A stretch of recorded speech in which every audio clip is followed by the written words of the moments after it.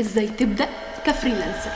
انت مستني ايه؟ الفرص حواليك في كل حتة وسوق العمل بيتغير كل يوم. لو لسه معتمد على وظيفة واحدة ومستني الامان منها فانت بتراهن على كل حاجة مش مضمونة. الفريلانس ما بقاش رفاهية، ده بقى ضروري. وفي الفيديو ده هقولك ازاي تبدأ كفريلانسر حتى لو ما عندكش اي مهارة، وازاي تحول وقتك لدخل حقيقي. جاهز؟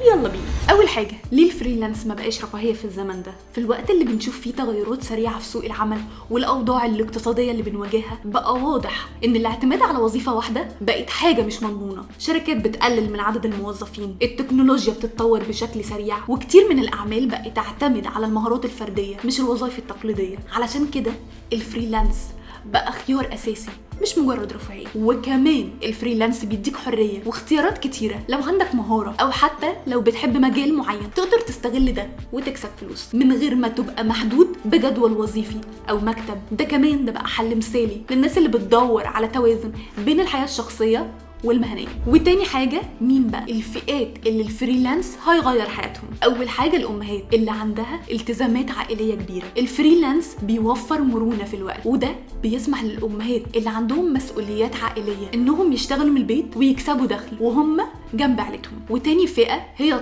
الطلبه ممكن يستغلوا اوقات الفراغ لتطوير مهاراتهم وانهم يكسبوا دخل اضافي. الفريلانس بيديهم فرصه يتعلموا ويشتغلوا في نفس الوقت. وتالت فئه الناس اللي بتدور على مصدر دخل اضافي. لو شغلك الاساسي مش مغطي كل احتياجاتك، الفريلانس ممكن يكون الحل المثالي علشان تكسب فلوس اضافيه بجانب شغلك. ورابع فئه الناس اللي بتدور على الحريه والاستقلاليه. لو انت الشخص اللي بتحب تكون مدير نفسك، الفريلانس هيوفر لك الحريه ديت، وتقدر تختار المشاريع اللي بتحبها وتحدد اوقات شغلك بنفسك. وتالت حاجه، لو ما عندكش اي مهاره تقدر تشتغل فريلانسر ازاي؟ حتى لو ما عندكش اي مهاره معينه دلوقتي تقدر تبدا تتعلم اي حاجه وتشتغل فريلانسر. الانترنت مليان كورسات مجانيه ومدفوعه تعلمك مهارات جديده في وقت قصير، وهقولك على شويه مجالات ممكن تبدا فيهم. اول حاجه التسويق الالكتروني. التسويق الالكتروني بقى مطلوب جدا، سواء على السوشيال ميديا او اعلانات على جوجل او حتى اداره المحتوى. ممكن تبدا تتعلم من خلال كورسات مجانيه على مواقع زي ادراك ولينكد ان ويوديمي وكورسيرا، او انك تتابعني، انا بنزل على الفيسبوك كل اسبوع كورسات مجانيه. تاني حاجه الجرافيك ديزاين، تصميم الصور واللوجوهات والبوسترات. كل الحاجات دي عليها طلب كبير. لو عندك ذوق فني وحابب المجال ده ممكن تبدا تتعلم ادوات زي الفوتوشوب والستريتور وكانفا. وتالت حاجه كتابه المحتوى. لو بتحب الكتابه تقدر تبدا تكتب مقالات ومحتوى تسويقي او حتى سكريبتات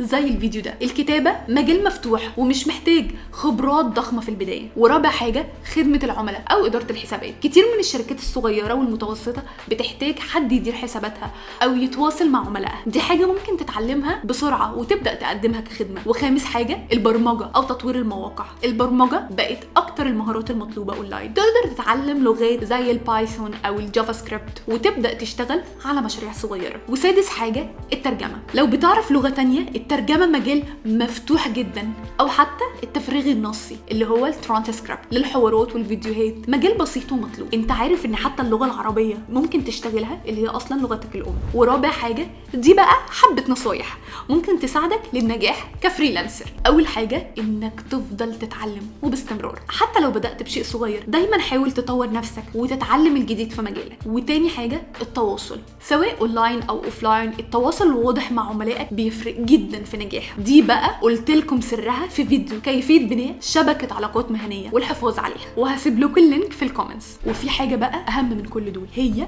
اداره الوقت. خلي عندك جدول زمني تلتزم بيه، ده هيساعدك على اداره مشاريعك وتحقق التوازن بين حياتك الشخصيه والمهنيه. واستخدم ادوات زي اسانا لاداره مهامك وجوجل كالندر لاداره وقتك، ودي برضو عملت لكم بيها فيديو منفصل وهسيب لكم اللينك في الكومنتس. ما تنسوش النجاح في الفريلانس مش بيجي بين يوم وليله، لكن بالاجتهاد وبالتعليم المستمر هتقدر تحقق احلامك. ولو عندكم اي اسئله ابعتوها لي وسيبوها لي في التعليقات تحت الفيديو ده وانا هرد عليكم بنفسي. وما تنسوش تعملوا لايك وسبسكرايب علشان توصل لكم كل الفيديوهات الجديده.